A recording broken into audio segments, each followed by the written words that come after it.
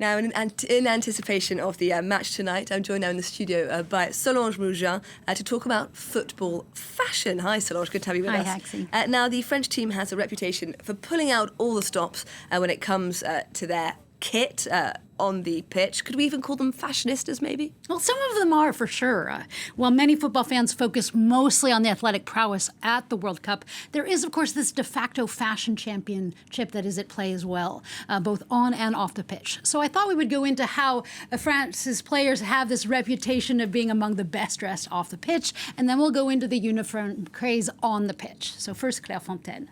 When France's national team practices together at Clairefontaine, the players walk past the cameras, and this entering the training grounds is a catwalk of sorts. Now, other sports, of course, have this as well, like basketball with their tunnel walks. But the French team has gained particular attention because of the trendy, sometimes outlandish outfits and unattainably pricey handbags. This fits the luxury image. They're wealthy sports stars, and it is France, home to many chic brands.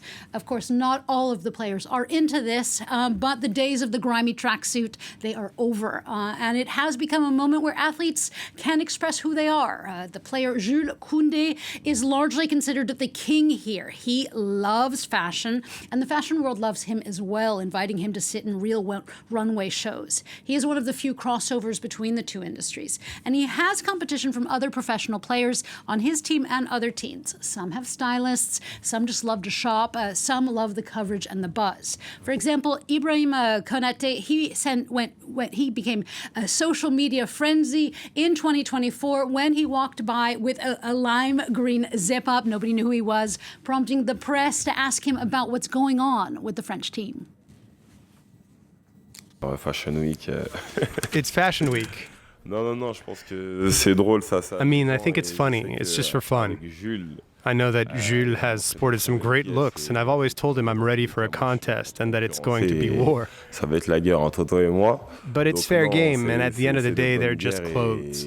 We know why we're here. We're focused on the football, but he and I, in fact, all the players, really like fashion. Tous les joueurs, je pense, on est des personnes qui aiment énormément la mode.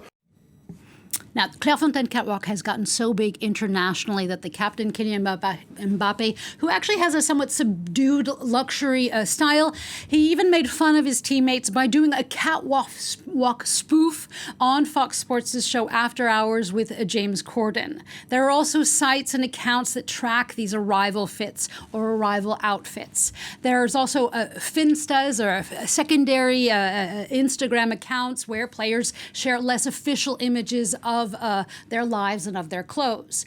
But there is also some pushback, with some saying that it's ridiculous, that it blurs gender lines because some of the outfits are often somewhat feminine clothing, because it's men flaunting their fashion sense. And some of these critics, some more conservative, older, but not always fans, they say there should be rules off the pitch as well as on it. Okay, so there are some rules that exist on the pitch. FIFA is in fact quite strict about what players are and aren't allowed to wear during the tournament. Tell us more, Solange. Yeah, FIFA sets the rules of the Cup's kits. For the uninitiated, a kit is the whole outfit, and FIFA has a 115-page document that sets these rules for the first, second, and third kits, or the home, away, and the extra outfits. Sometimes federations even make fourth and fifth kits. France's dressers says that they have 3 kits, 78 shirts per match, 2 hotel rooms are dedicated to the clothes and the name plating. There are color requirements, stipulations on the size of patches, fonts. Even there's a color contrast. It's tested for players and also for spectators as well. They also have a big rule book to follow. Political messaging and imagery are not allowed. Haiti's team even had to change their kits because it originally had imagery that referred to the Battle of Vertières, political. Nonetheless, the narrative overall is increasingly important. France's light green color this year is said to represent actually the Statue of Liberty, or represent liberty. Nonetheless, the rules are strict, and the potential financial windfall for the sponsors and manufacturers and federations is quite big. We're talking €100 million per year contract for the French Federation from Nike. 3 companies were chosen by nearly 80% of the national teams to manufacture their kits: Adidas, Nike, and Puma. But also other brands too, it is a moment for them to shine, like Kappa and Umbro. Some federations increasingly join forces with fashion brands and designers.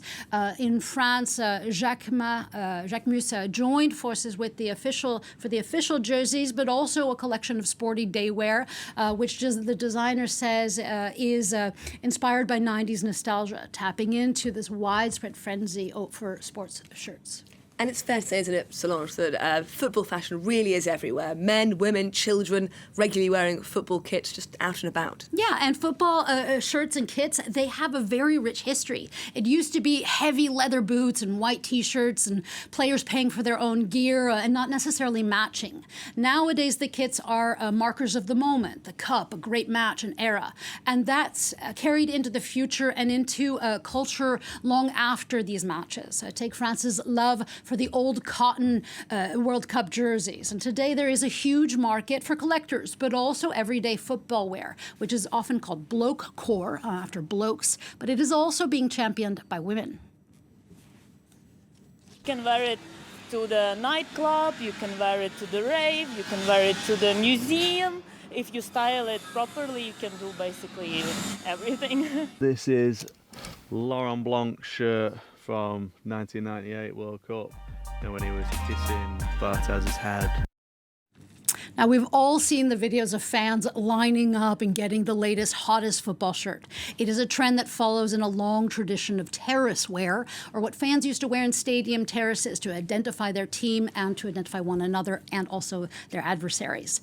Like the football players at Clairefontaine, their catwalk, you could say, it is a way of saying who they are. Solange Mougin, I learnt a lot in those past 5 minutes. Thank you very much.